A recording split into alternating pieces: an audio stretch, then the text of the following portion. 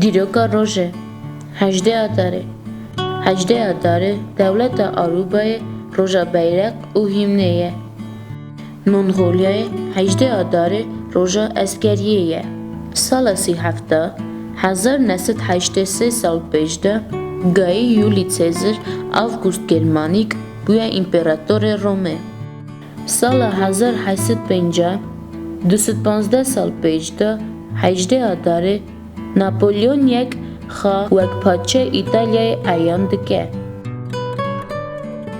208 سال پیشده سال 1812 اسپانیا دستور خواه یکمین قبول کریه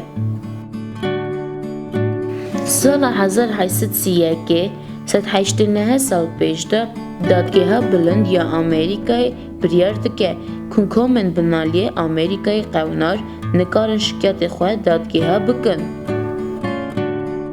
سال 1856 164 سال پیشده شهر قریمه orta İmperiya Rusa u qewatên Fransiyayê Brîtanya mezin û Tirkiyeyê qewmiye ki derê İmperiya Rusa derdaye.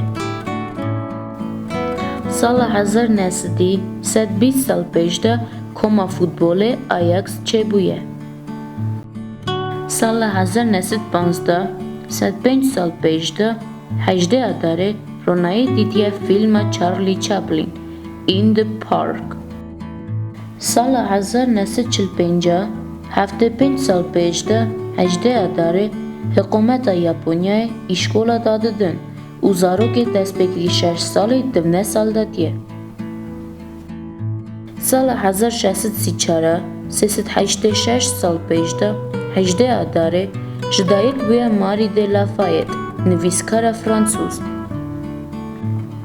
Sala 1733 287 sal pêşde ji dayîk bûye Christoph Friedrich Nikolay nivîskar û rojnamevanê Almanî. Sala 1780 240 sal pêşde 17 adarê ji dayîk bûye Vasilij Davidov helbestvanê û riz. Sala 1823 197 sal pêşde ji dayîk bûye Nikolay Krol helbestvanê û riz. Sala 1842 178 sal pêşde ji dayîk bûye Stefan Mallarmé helbestvanê Fransûz. Sala 1866 154 sal pêşde ji dayîk bûye Yanis Rozentāls nîgarkêşê eyan. Sala 1882 138 sal pêşde ji dayîk bûye kompozîtorê Îtalî Gian Francesco Malipero.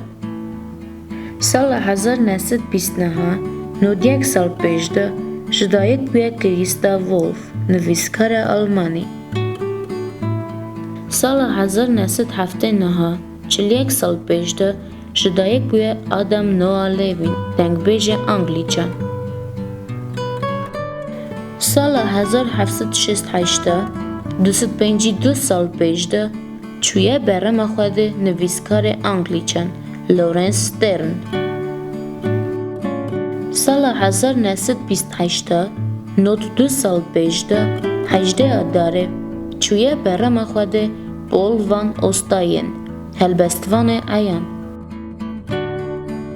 Sala 1980 40 sal pêşde çûye berema xwe de Tamara Lempicka nîgarkêşa Anglîçan. Sala 1986 34 sal pêşde çûye berema xwe de Bernard Malamud nivîskarê Anglîçan. Sala 2001 19 sal pêşde çûye berema xwe de John Phillips dengvêj û kompozîtorê Anglîçan. Sala 2014 6 sal pêşde 18 adarê çûye berema xwe de Lucius Shepard nivîskarê Amerîkî.